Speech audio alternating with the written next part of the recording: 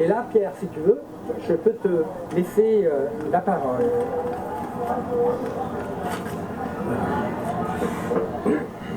Fiche 451A. Identité.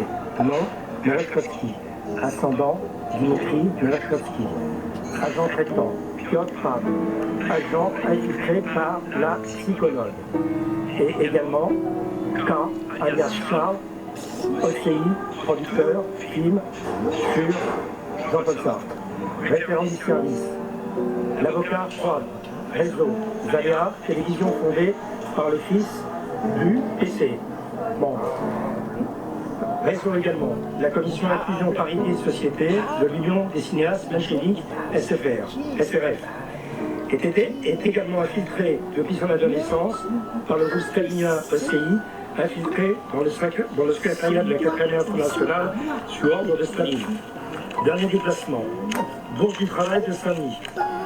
A vainement tenté de présenter sa brochure Français et complot aux bureaucrates du groupe Conditions Permanentes, référent du meeting, appelant à la création d'une organisation. Recommandation 1. Lire la brochure de Merezkovski-Pierre, Français et complot. 2. À la suite d'un examen sérieux, organiser une lecture du récit Français et complot dans le local à des fins de reconnaissance des contacts des lecteurs figurant dans le fichier des lecteurs. Signé Capitaine Deviakin. Voilà, alors je voulais ajouter, pour la qualité de cette fiche, j'ai assisté à la projection sur la chaîne américaine YouTube du film de Laurent Hayman intitulé Le Grand Marchandage. C'est sûr. Le Grand Arrangement de René Bisquet. Le Grand Arrangement de René Bisquet. Alors là, dans ce film, et c'est un film, c'est pour ça que c'est très déplaisant le cinéma, parce que le cinéma est condamné à faire appel à l'émotion du moment par un jeu d'image, par un jeu de musique, par un jeu de visage, censé permettre aux spectateurs de YouTube de s'identifier à la problématique ainsi posée. Et la problématique dans ce film est la suivante. Bisquet a été un haut fonctionnaire, très haut fonctionnaire du gouvernement de Vichy. À ce titre, et il le reconnaît, il a organisé vraisemblablement sur mon propre, sans que les Allemands lui aient demandé de le faire, la fameuse rafle du Veldiv. Donc, dans ce film, la question est posée, le dilemme est en place. Vraiment, quelle émotion. Qu'auriez vous fait à sa place? Vous êtes un grand fonctionnaire, un haut fonctionnaire de la République.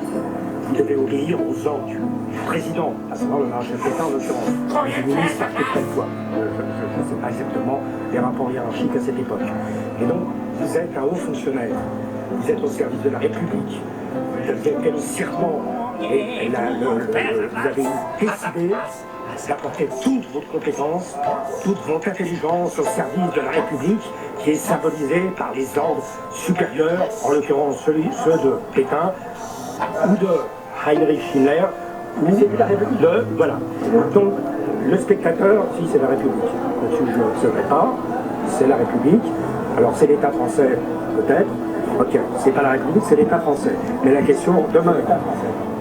Ce fonctionnaire a porté, je recommence, donc, grâce à ton intervention, ce fonctionnaire Bisquet, haut fonctionnaire, par son système, doit obéir aux ordres qui lui sont prescrits.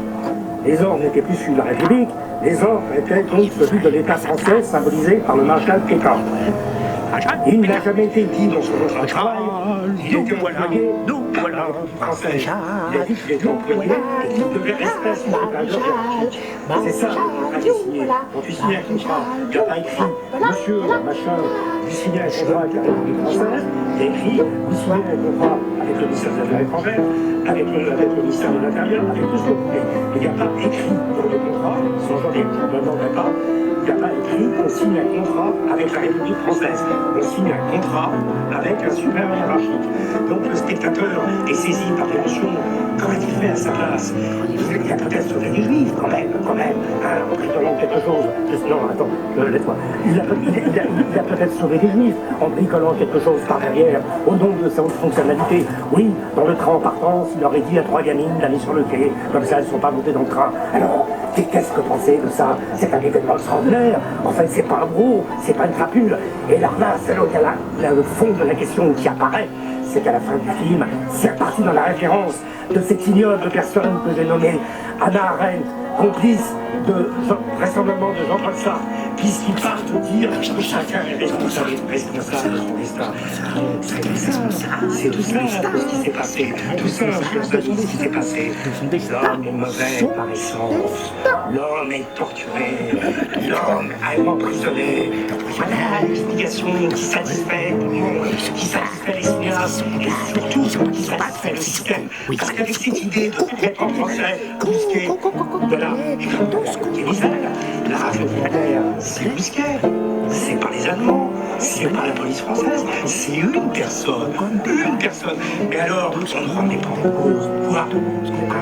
Je dis toujours, le système de la hiérarchie, l'obéissance, le respect, le mérite, comme c'est dit, de Mélenchon à Louis Trouvaillère, en passant par Le Pen, en passant, voilà, c'est ça qui ne doit pas être remis en cause. La structure pyramidale, autoritaire, avec un chef généralement tenu par un homme, le patriarcat, et donc, à ce moment-là, en mettant en cause un individu, il n'y a plus de problème. Et c'est pareil pour Macron. Il n'y a pas de problème. Ça va mal parce qu'il y a Macron. Voilà, coupons la tête à Macron, tout va bien. Et en Israël, c'est pareil. C'est la faute à Netanyahou. Et en Russie, pareil, c'est la faute à Poutine. C'est ça qui est dégueulasse, c'est cette idée de ce cinéma. Et leur société d'auteur, oui, et que les sociétés d'auteur laissent entendre justement qu'un film soit le fruit d'un auteur, laissent entendre justement que chacun est responsable de ce qu'il dit et de ce qu'il pense, alors que les dernières découvertes de la psychanalyse et du Big Bang affirment justement qu'il y a eu un Big Bang et que le Big Bang n'est pas à l'origine. Le Big Bang n'est pas au début. Le Big Bang est le Big Bang. Il est à l'origine de rien du tout.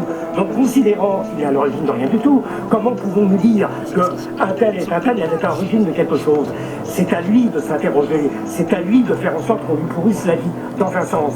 C'est-à-dire, en ce qui concerne Busquet, par exemple, des autres individus de ce genre, au lieu de les mettre en prison, ce dont ils se contrefouent, parce qu'ils seront convaincus, justement, d'avoir fait leur devoir que l'on imposait encore une fois l'obéissance, le respect de la hiérarchie, le respect du chef, etc., chose qui est enseignée dès l'école, dans les universités, dans les organisations politiques, voilà, dans tout le monde, justement, il sera convaincu en étant en prison qu'il n'a rien fait de mal. Alors, si on veut être emmerdant, eh ben c'est pas ça qu'il faut faire venir la tête en prison. On leur téléphone tous les jours, on va leur demander, et moi je leur ai saoulé la tête à Busquet, qu'est-ce que t'as fait? Il m'aurait pas lâché, pendant des heures je lui aurais parlé, et il m'aurait pas craqué, et j'aurais continué, Alors, soit il m'aurait tiré dessus, mais je suis malin, je cours vite, soit il y aurait autre chose. Il faut espérer que les gens fassent sur eux-mêmes, auront des remords. De toute façon, s'ils n'en ont pas, ça sert à rien de les mettre en prison. Ce qui ne veut pas dire que la justice ne doit pas faire les choses. Mais voilà, le dernier point. Dans ce film, il est clair que Glasfeld, voulait dénoncer, non pas, d'après ce que je comprends, Busquet, mais justement ce système administratif qui a conduit à du Verdi. Ce système administratif, la police, la hiérarchie, les trains SNCF en place, les gares, toute la bureaucratie, notamment tout le dispositif. Et que Glasfeld a estimé, d'après ce que je comprends, que le seul moyen qu'acceptait la République, pour en prendre mon terme, de remettre en cause le système, parce que ça la République interdit, c'est de mettre en cause une personne. En se disant qu'en mettant en cause une personne, on défilera toute la vérité. Mais rien du tout, on défilera rien du tout, parce que l'interrogation elle demeure. Pourquoi il y a eu le Shoah? Pourquoi est-ce qu'on a mis des juifs à la rade du Val-d'Ivre? Je ne sais pas pourquoi, et je ne saurai jamais pourquoi. Et l'intérêt, c'est de penser tous les jours, du mieux possible, pourquoi cette chose ignoble est arrivée. Pourquoi elle est arrivée. Et ils n'auront jamais la réponse. Parce que si jamais ils avaient la réponse, et bien dans ce cas-là, tout va bien. Il suffisait juste de se débarrasser des quelques nuisibles. Voilà, et tout le monde verra très bien. Or, dernier point, moi je considère que le nuisible, comme ils disent, c'est la minorité. C'est le traitement des minorités. Qu'est-ce qu'on fait des minorités? Qu'est-ce qu'on fait des minorités? Exactement. Ben, je te remercie Pierre. Grâce à toi, on s'emmerde pas dans les émissions radar. Hein, non mais c'est vrai, faut bien le dire. Alors, moi je reviens. Le vendredi 31 juillet 1914 à Paris, 21h40 au Café des Croissants, assassinat de Jean Jaurès, député socialiste du Tarn en plein dîner. 1914. Oui, pourquoi il mangeait? Parce qu'à 21h40, il avait l'habitude d'aller manger. Voilà. Alors, 1914, la première guerre mondiale capitaliste, qui sera la dernière, c'est le problème, c'est la guerre des airs, conduira toutes les populations dans la mort catastrophe du traité capitaliste de Versailles. Je dis traité pour tous les empires coloniaux vainqueurs. Ah ben, la guerre, ah ben,